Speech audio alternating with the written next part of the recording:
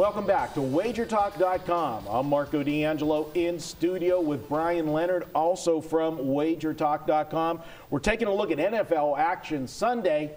Tampa Bay travels to the Steel City to play the Pittsburgh Steelers, my hometown Steelers, and wow, what a game Sunday night against Carolina, Brian. And I think as soon as I sent you this game, that this was one of the ones we were going to do. You didn't know who I was going to take, but you knew who I was going to take because you know me well. You talk about the Steelers. They were on Sunday Night Football. The world got to see the game. The game was lopsided. The Steelers looked like a Super Bowl contender the way their offense was rolling, and it was rolling with the running game.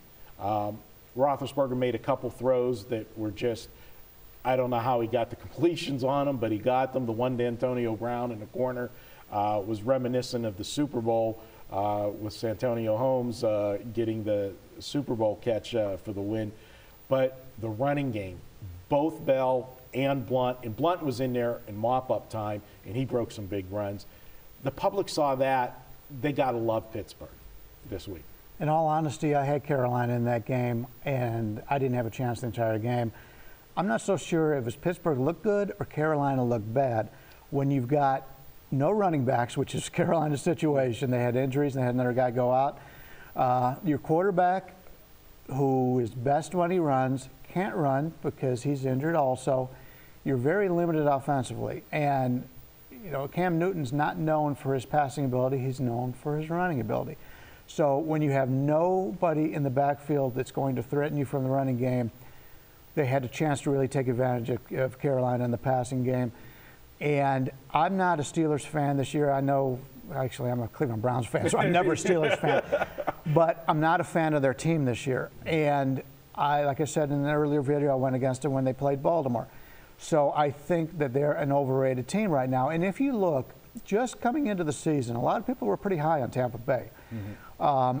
I don't remember what the Cantor lines were, CGI or whatever they call themselves now. They're Cantor to me. Cantor, yeah. It's just like the Hilton's going to always be the Hilton. Yeah. But I know it wasn't 7.5. It was probably in the 3.5 to 4 range because Tampa Bay was really popular coming into the season. So now after just a few weeks, we're seeing a pretty good jump over key numbers 4, 6, and 7. And you know me, I'm a key number guy. If I can capture those key numbers, in fact, you know, we had our Tuesday meeting this week, and some guys, obviously, the 7.5-point home favorite. The way you want to play that is if you play a 6-point teaser, get them under the field goal. Which will be by far the biggest teased game this week. Absolutely. Pittsburgh will be in everybody's teasing. Yeah, the Colts and Pittsburgh will be the two major ones based on line movement. I'm leery about that because I'm not a big Pittsburgh fan. Are they going to win this game? Well, I'm going to jump in. I wasn't involved in the Carolina game last week. I was just rooting as a fan for the Steelers. I was with you on the Baltimore game. I loved the situation for Baltimore.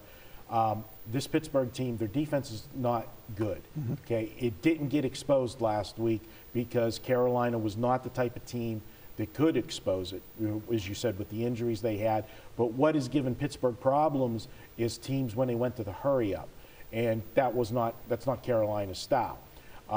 Tampa Bay, what I like and what's fueled this line being ridiculous in my opinion is not only did you have Pittsburgh on Sunday night where everybody's watching the game, it's the second most watched game of the week next to the Monday Night Football game, was the Thursday night game was Atlanta at Tampa, and Tampa could not look any worse than they did against the Falcons. And now we're actually having a quarterback change. The quarterback got banged up a little bit. I think this is one of those situations where, okay, you got a thumbnail, this is time, let's sit, you're injured. So you save face, and now you make a change. Glendon's going to be in there, and I just can't pass up the inflated number. I think the public overreacts, and I can't remember recent times where you had two teams that played on the primetime games like Pittsburgh and Tampa did last week and have such opposite showings.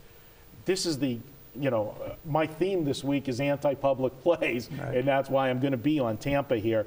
Before I close it out, anything you want to add into this? Yeah, a couple things.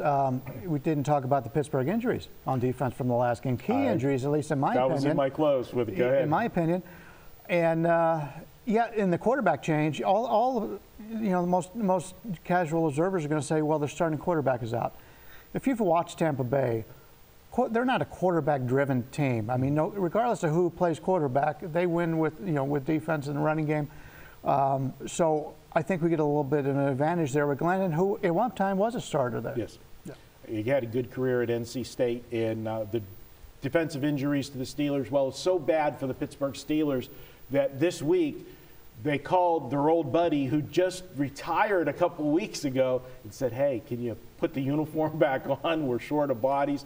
James Harrison will be back with the Pittsburgh Steelers, and they don't know how much they're going to use him, but they actually need him because they really only have 3 outside linebackers on the roster right now. So he's going to get thrown into the fire. I don't know how much they can use him, but they're going to have to use him. So I'm going to go ahead and take Tampa Bay, plus the 7.5, plus the fact Mike Tomlin's not a coach that runs the score up, and Lovie Smith is a guy that is liked in the NFL. I just don't see a big separation in this game. I'll take Tampa Bay plus the points, and it would not shock me at all if somehow they went into Heinz Field, thinking baseball, and upset the Steelers. Take Tampa Bay plus the points. Can't call me a homer. I'm going against the Steelers. We're going to be back. Monday Night Football's up next. We're going to take a look at the New England-Kansas City game, and Brian's going to have a play for you on that one. WagerTalk.com.